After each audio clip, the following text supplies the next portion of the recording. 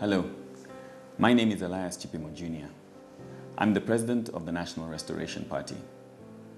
I want to share with you a bold and radical vision of how we can transform this nation working together and make it a centerpiece of excellence for the world to marvel at.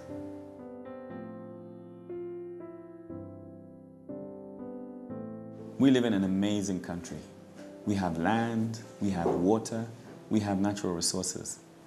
Now, all of that should translate into prosperity for everybody, but it doesn't. And why is that? Well, a nation can have everything in the world that it needs, but if it doesn't invest in its people, then those resources will mean nothing for the majority. We want to invest in people.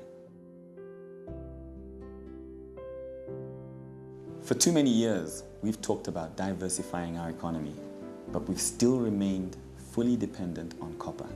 It's time that we came up with a new plan, and we have that plan.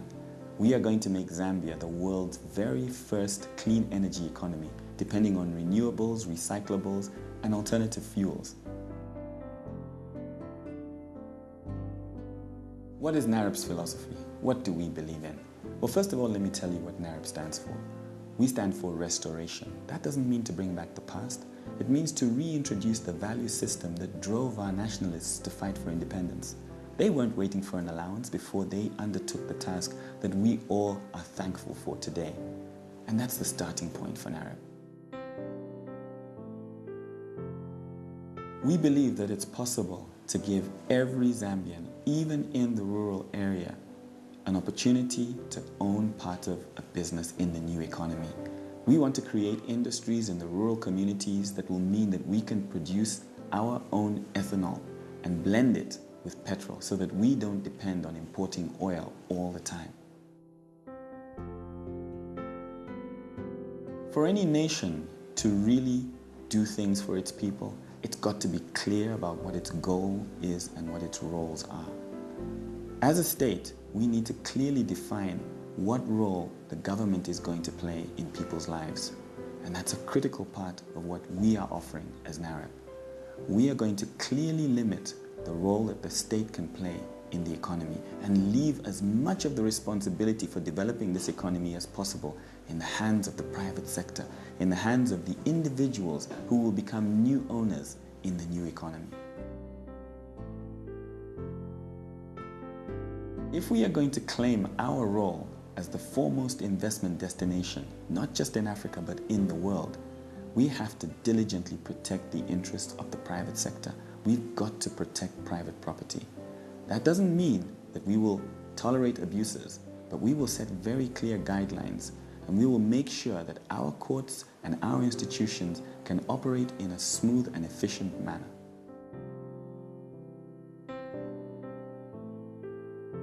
This is our vision. Zambia will be a superpower, leading the world in clean and renewable energy production. We'll be a nation that will open up the vast agricultural potential of this country by setting in place a simple policy that will require every liter of fuel that's pumped into a vehicle to contain a minimum amount of the kind of products that can be produced in Western Province, in Northern Province, in Southern Province, and Eastern Province, all over the country. By doing that, like Brazil, within 10 years, we will be the leading nation providing all of the fuel requirements that not just Zambia needs, but the region can depend on as well. Everything starts with a vision. A nation without a vision will perish. We need to set in place very clear parameters of what we want to achieve and how we want to achieve it. There are three things that are going to be critical for us to achieve this vision. The very first is governance. We need a small, effective, and focused, performance-based cabinet. Each minister will have performance targets that will be published. You will be able to know exactly what your minister should have accomplished at the end of every month. And every 3 months, the president will appear before a press conference in order to answer questions about the performance of his ministers. No longer can we afford to have the excuse that the president's okay, but he's surrounded by people that aren't supporting him. Those performance targets will be critical in achieving the goal of the governance that this nation desperately needs. The second thing that we've got to do is to focus our enterprise into determining exactly how we are going to achieve energy independence.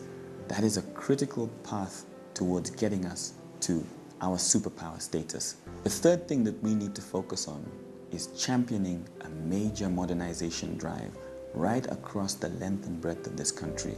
We need to upgrade the urban areas, but we also need to put in place the necessary infrastructure to enable the full potential within our rural communities to be realized.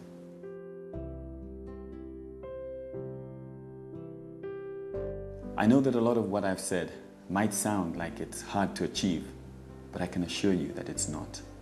We can work with the existing infrastructure that's available to us today to get our youth off the street, to give them real jobs, to give our school leavers a real hope for the kind of training that will make them relevant in the new economy that we are going to build together.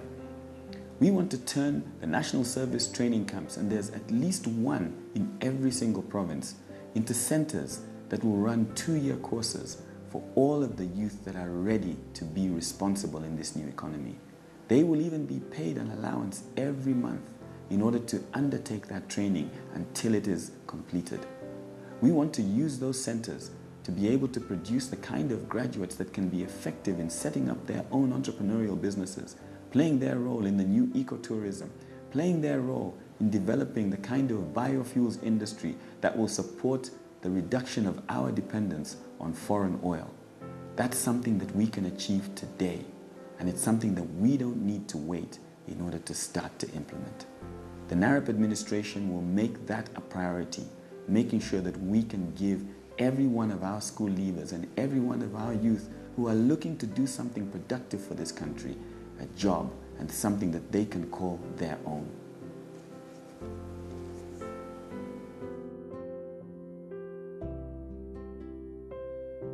It was Reverend Martin Luther King who said, "There comes a time when a man gets tired of being trampled over by the iron feet of oppression." Anybody living in Zambia today cannot be happy, no matter what their situation is, no matter how wealthy they are. They cannot be happy with the state of the nation that they find themselves living in today. Part of what's missing in our society is that we seem to have lost our concern for one another. We don't have a heart for the people. What NAREP wants to do is to focus on what it is that leadership, through an example, can do for the people.